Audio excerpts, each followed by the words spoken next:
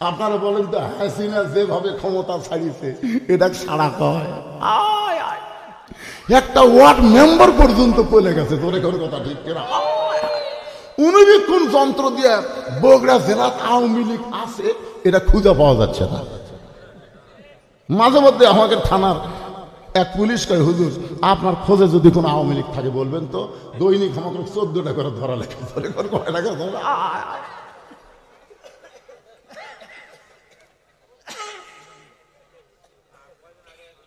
ন্যাংটা করে কে নাম আছে কথা কন না কেন?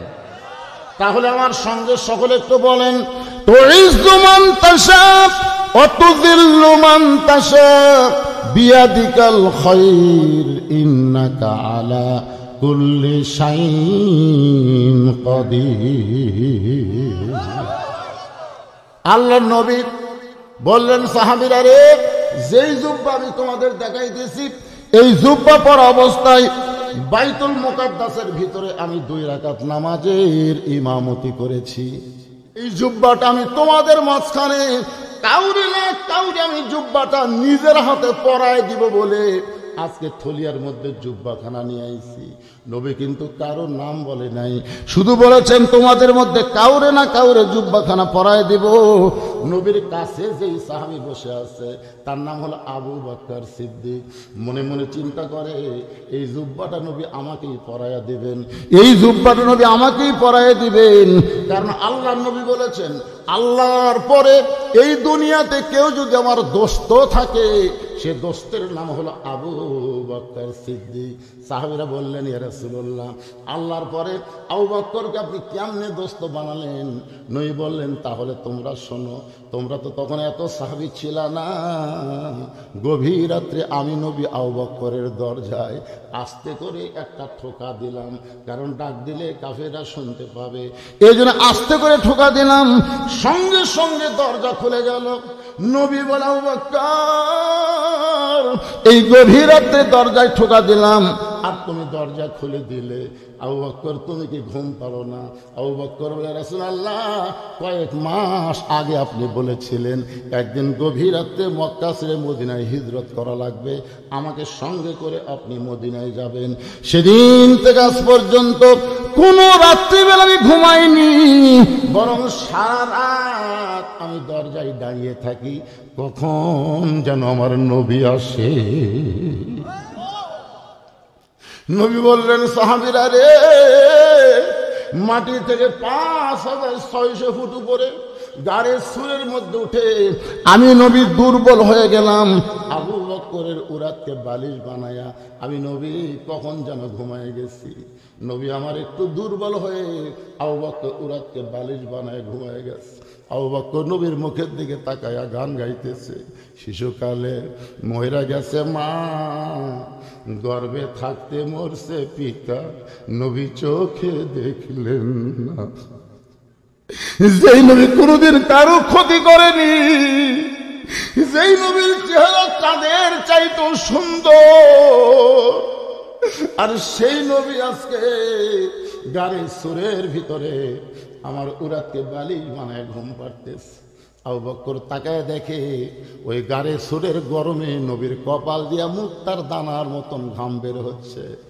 মুক্তার দানার মতন ঘাম, ওই ঘামের আবার একটু আলো দেখা যায়, জোরে কোন সুবহানাল্লাহ। ওই ঘামের মধ্য থেকে আলো বের হচ্ছে। আবু বকরের মনের মধ্যে বড় লোভ হয়েছে, ওই নবীর কপালের ঘাম যদি একটু হাতের মধ্যে নিয়ে আমার চেহারার মধ্যে মালিশ করতে পারতাম, অন্তত এই কারণে আল্লাহ আবু বকরকে দয়া করবে। এই মনে করে ডান হাত দিয়া যখন নবীর কপালের ঘামটা নিয়ে আবু বকরের চেহারার মধ্যে মালিশ করেছে, এমন সময় গাড়ি সুর আলোকিত হয়।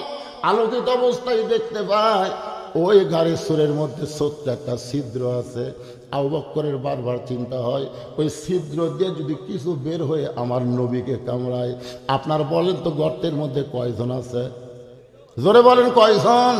কিন্তু বারবার বলতেছে যদি কিছু বের হয়ে আল্লাহর নবীকে কামড় দেয়। দেখেন নবীর মহব্বতে নিজের অস্তিত্ব ভুলে গিয়া আবু বকর সিদ্দিকের মুখে পাটা লাগাই দিছে। এমন সময় আল্লাহ তাআলা আল্লাযী খালাকাল মাউতা ওয়াল হায়াতা লিয়াবলুয়াকুম আইয়ুকুম আহসানু আমালা, আল্লাহ আবু বকরকে পরীক্ষা করার জন্য, সুন্দর আমল পরীক্ষা করার জন্য বিষাক্ত সাপকে বলতেছে, যারে সাপ যা, ওই যে সিদ্দের মধ্যে পাটা দিছে ওই পায়ের তালুতে কামড় বসায় দে। একটা বিষাক্ত সাপ এসে আল্লাহর হুকুমে আবু বকরের পায়ের তালুতে যখন কামড় দেয়, কারেন্টের মতন বিষটা এসে আবু বকরের কলিজায়। আবু বকর চোখের পানি বের করে কান্দে আর বলে, সাপরে, তুই আমারে কামড় দিয়া মনে করলি আমি পা টান দিব? তুই মনে করছিস আমি পা টান দিলে তুই বের হয়ে আমার নবীরে কামড় দিবি? সেই সুযোগ আমি জীবিত অবস্থায় তোকে দিব না, আমি মরে যাব কিন্তু ছিদ্র থেকে পা টান দিব না। সাপটা বলে, আল্লাহ আপনার হুকুমে কামড় দিলাম কিন্তু পা তো টান দেয় না। আল্লাহ বলে, আবার কামড় মার। সাপটা আবার কামড় মারছে। আবু বকর বলে, সাপরে, তুই আবার কামড় মারলি, তুই মনে করছিস আমি পা টান দিব আর তুই বের হয়ে আমার নবীরে কামড় দিবি? আমি পা টান দিব না। সাপটা বলে, আল্লাহ আবার কামড় মারলাম কিন্তু পা তো টান দেয় না। আল্লাহ বলে, আবার কামড় মার, আবার কামড় মার, আবার কামড় মার। পাঁচবার সাপটা কামড় মারছে। বিষের যন্ত্রণায় গোটা দেহ থরথর করে কাঁপতেছে। অসতর্ক মুহূর্তে আবু বকর এক ফোঁটা চোখের পানি নবীর গাল মোবারকে পড়েছে। নবী আমার চোখ মেলে দেখে আবু বকর কাঁদতেছে। বাজান রে, বাড়ির কথা মনে করে তুই কাঁদতেছিস, বিয়ে বাচ্চার কথা মনে করে কাঁদতেছিস। আবু বকর নবীর ডান হাতখানা বুকের উপরে চেপে ধরে বলে, রাসূলুল্লাহ, ওই আল্লাহর শপথ করে বলতেছি, আমার বুকটা চিরে যদি আপনাকে দেখানো যায় আপনি দেখতে পারবেন আবু বকরের কলিজার মধ্যে আল্লাহ নবী ছাড়া আর কারো জায়গা নাই। তাহলে কি জন্য কান্দিস বাবা? বলে, সিদ্ধের মুখে পাটা দিছি, কি যেন আমাকে বারবার কামড় দেয়। নবী হ্যাঁচকা টান দিলে বিষাক্ত সাপের হয়ে নবীকে সালাম দেয়, বলে, ইয়া রাসূলুল্লাহ, আমার কোনো দোষ নাই, আল্লাহ হুকুম করেছে, এই কারণেই কিন্তু আমি কামড় দিয়েছি। নবী বলে, আল্লাহ আবু বকরকে সঙ্গে নিয়ে হিজরতের হুকুম দিলেন আর গাড়ে সুরের মধ্যে আবু বকরের মৃত্যু চাইলেন। আপনি কেমন আল্লাহ? আমি কি তাহলে একলাই মদিনায় যাব? আল্লাহ বলে, নবী গো, আপনার আবু বকর গোল্ডেন A+ পাইছে, আপনার থুতু মোবারক লাগাই দেন, সাপের বিষটা পানি হয়ে যাবে। বিষটা যখন পানি হয়ে গেল, নবী আবু বকরের মাথাটা বুকের মধ্যে নিয়ে বলল, বাবা তুমি সত্যি করে বলো তো, সাপটা যখন প্রথম কামড় দিল তুমি তো আমার ঘুম থেকে ডাক দিবার পারতে, তুমি আমার ঘুম থেকে কেন ডাক দিলে না বাবা, একটুখানি বলো। আবু বকর, নবী গো, আমার জীবনের চাইতে আপনার ঘুমের দাম অনেক বেশি। সে আবু বকর মনে মনে ভাবতেছে, এই জুব্বাটা মনে হয় নবী আমাকেই পরায় দিবে। আবু বকরের পাশে একজন মাথা নিচু করে মনে মনে চিন্তা করেন, এই জুব্বাটা নবী আমাকেই পরায় দিবে, কারণ আল্লাহ নবী বলেছেন, আমার পরে কেউ যদি নবী হতো লাউ কানা ওমর। নবুয়তের দরজা বন্ধ হয়েছে বলে উমর নবী হওয়ার পারে নাই। রাসূল বলেছেন, নবী হওয়ার সব যোগ্যতা আল্লাহ উমরকে দান করেছে।